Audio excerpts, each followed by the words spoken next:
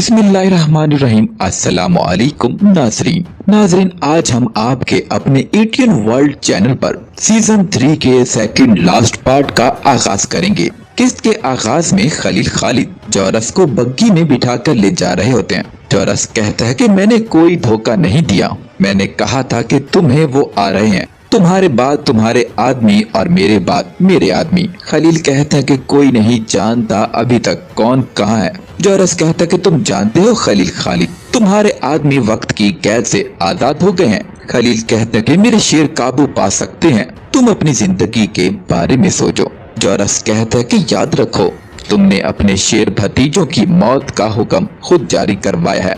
खलील कहते हैं कि यहाँ तक कि अगर वो मर जाते हैं तो भी हमने एक दूसरे के हकूक को माफ कर दिया था, दुनिया और आखिरत के लिए, लेकिन मैं और ना ही मेरे भतीजे मरने से खौफजदा हैं। दूसरी तरफ बेदार सुल्तान महल के बागीचे में तकरीब के आगाज के लिए मौजूद होती हैं। वो स्नेहा से कहती हैं कि मेरा ख्याल है कि शहनाज खातून को हमारे साथ जाना चाहिए, क्या ये दुरुस्त होगा? स्नेहा कहती है कि आपको इसकी जरूरत क्यों महसूस हुई? बेदार कहते कि इसके लिए ये देखना मुनासिब होगा कि उसका दिया गया अतिया कहाँ इस्तेमाल हो रहा है। फिर बेदार जुल्फत कालफा को कहती है कि शहनाज खातून को कहिए कि वो हमारे साथ जा रही हैं। दूसरी तरफ शहनाज को खद्दार मुलाजिमा बताती है आज बहुत सारे बच्चे मैदान में इकट्ठे होंगे, इन बच्चों को तो कोई तकलीफ नहीं पहुंचेगी ना। शहनाज कहती है कि इख्तिताम का मतलब है कि ये इख्तिताम होगा सबका। बाज औकात किसी के चेहरे के बावजूद इसका नाक काटना जरूरी होता है। आज वो चौक न सिर्फ तमाम सुल्तान खवातीन के खून से धोया जाएगा, बल्कि उन तमाम लोगों के खून से भी जो इनसे वफादार हैं। जब शहनाज ये बातें कर रही होती है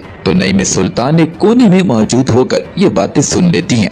फिर नईम शदीद गुस्से में अंदर आ जाती हैं। वो कहती हैं कि मैं तुमसे कहने आ रही थी कि मैं बहुत खुश हूँ कि तुम एक अच्छी इंसान बन गई हो। मैं तो तुम्हारे लिए बहुत खुश थी, इसके बावजूद कि तुमने क्या कुछ नहीं किया, लेकिन तुम तो बहुत बड़ी गद्दार निकली। शहनाज खातून, ये आखिरी बार था कि तुमने किसी को तकलीफ दी, अब तुम मजीद किसी को तकलीफ न दे सकोगी। अब मैं सब लोगों को चौक से दूर करूंगी। जैसे ही नईमे जाने लगती है तो शहनाज खानम एक गुलदान लेकर नईमे को मार देती हैं। इतने में जुल्फत कालफा आवाज देती हैं। शहनाज दरवाजे से ही उससे बात करती हैं और कहती हैं कि मैं थोड़ी मसरूफ हूँ, आप क्यों आई हैं, क्या आपको कुछ चाहिए? जुल्फत कालफा कहती है कि हमारी सुल्ताना आपका इंतजार कर रही हैं, वो खुशी महसूस करेंगी अगर अतियात की तकसीम के वक्त आप उनके साथ होंगी। शहनाज कहती है ठीक है, अगर ऐसा है तो मैं तैयार होकर आती हूँ। दूसरी तरफ साम कारासू को कहता है कि वक्त आ चुका है, मैं मुहाफिजों को बुलवाता हूँ। कारासू कहता है कि बिल्कुल नहीं, अभी वक्त नहीं है। जैसे ही साम जाने लगता है तो कारासू उसे कोट से पकड़ लेता है और कहता है कि देखो, एक इनकलाब की अभी मंसूबा बंदी की है, अगर तुम इन आदमियों को बुलाते हो तो अब्दुल हमीद को मालूम हो जाएगा। अगर अब्दुल हमीद को मालूम हो गया तो वो हिफाजती इकदामात को बढ़ा देगा। तुम्हारा ये इकदाम रोथशिल्ड को नहीं बल्कि अब्दुल हमीद को तहफ्फुज देगा। साम कहता है कि छोड़ो, ये तो मेरा हुक्म है। जब वो नहीं रुकता तो कारासू पिस्तौल निकाल लेता है और कहता है कि मैं तुम्हें इसकी इजाजत नहीं दूंगा। साम कहता है कि तुम क्या कर रहे हो कारासू? कारासू कहता है कि अगर तुम कुछ मुहाफिजों को बुलाते हो तो जनाब रोथशिल्ड जिंदा नहीं रह सकेंगे। अब तुम चौक में जाओ और जो कुछ शहनाज ने कहा है बिल्कुल उसी तरह से करना। दूसरी तरफ रुबीना फाइन लारस के पास पहुंचती है। लारस कहता कि वो जोरस को कहां लेकर गए हैं। रुबीना कहती है मैं नहीं जानती। लारस कहता कि जब वो बातें करते थे तो तुमने नहीं सुना था। रुबीना कहती कि नहीं, मैंने तो नहीं सुना, उन्होंने तो मुझे जिंदान में रखा हुआ था। फिर लारस कहता कि खलील खालिद ने अखबार में जो ऐलान करवाया इसमें कतई हुक्म था, इससे फर्क नहीं पड़ता, हम हुक्म से पीछे नहीं हट सकते। अगर हम उसकी जवान उसे दे दें तो जोरस हम सबको मार डालेगा, फिर जो भी होगा सब मर जाएंगे। दूसरी तरफ बहरी जहाज के अंदर खवातीन, बच्चे, बूढ़े और मर्द हजरात कैद होते हैं। तमाम लोग तकरीबन बीमार लग रहे होते हैं। फिर एक सिपाही अंदर आकर कहता है कि उस्मानी पुलिस जायजा लेने आ रही है। इसके बाद उस्मानी पुलिस का एक आदमी अंदर आ जाता है। कमांडर कहता है कि ये सब गरीब हैं, इनके पास कुछ नहीं है, इनमें से कुछ तो बीमार हैं। हम उस्मानी सुल्तान की रहमत में पनाह लेना चाहते हैं। समंदर के वस्त में हमें बदकिस्मती में मत छोड़ना। एक खातून कहती कि बराए मेहरबानी मेरे बच्चों पर रहम कीजिए। दूसरी तरफ सुल्तान अपने पाशाओं से खिताब कर रहे होते हैं तो तहसीन पाशा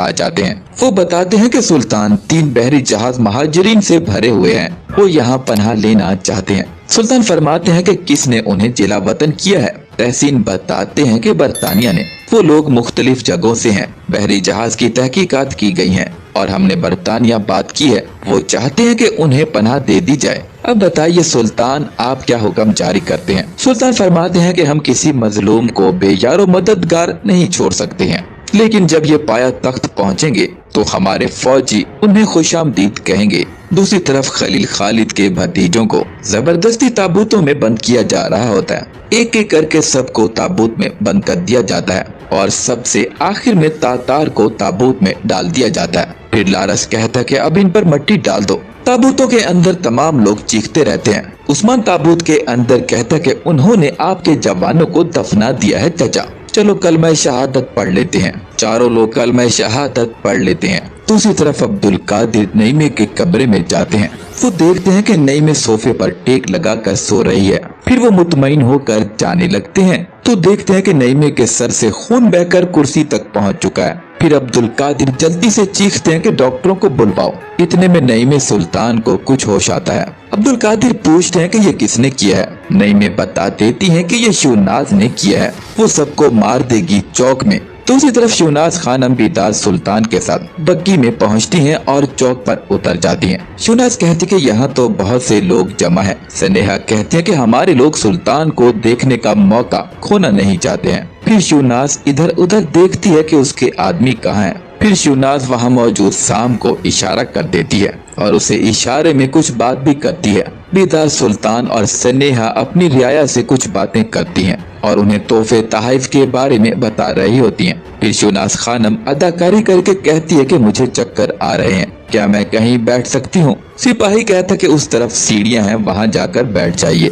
फिर शहनाज सिपाहियों को कहती है कि तुम यहीं पर रहो, यहाँ बहुत रश है, हमारे सुल्तानों को हिफाजत की जरूरत है। इसके बाद शहनाज अलग जाकर सीढ़ियों पर बैठ जाती है। उसके हाथ में एक बैग होता है। फिर वो साम को कहती है कि इस बैग को उठा लो। साम जाकर अपने आदमी को कहता है कि जाओ और बैग छीन कर ले जाओ। वो आदमी खिसक कर आता है और बैग को ले जाता है। शहनाज सिपाही को कहती है कि मेरा बैग वो ले गया है, उसने मेरा बैग चुरा लिया है, अब तुम उसके पीछे जाओ। फिर बेदार सुल्तान कहती कि शहनाज खानम यहाँ तशरीफ लाइए। बेदार कहते कि शहनाज खानम ने भी समाजी फलाही इदारे की तामीर के लिए निहायत ही फराख दिली से मदद की है। दूसरी तरफ रोथशील्ड और फेम्ब्रे एक ट्रेन में बैठे होते हैं। रोथशील्ड कहता है कि वो हमें ये बताने की कोशिश कर रहा है कि हम उसे शिकस्त नहीं दे सकते, लेकिन हम उसे शिकस्त देंगे। हमने अब्दुल हमीद के खिलाफ एक इनकलाब बर्पा किया है, क्योंकि अब्दुल हमीद ने मेरे खिलाफ एक बड़ा इकदाम किया है। फेम्ब्रे कहता है कि मुझे नहीं लगता कि आप अब्दुल हमीद को संभाल सकते हैं,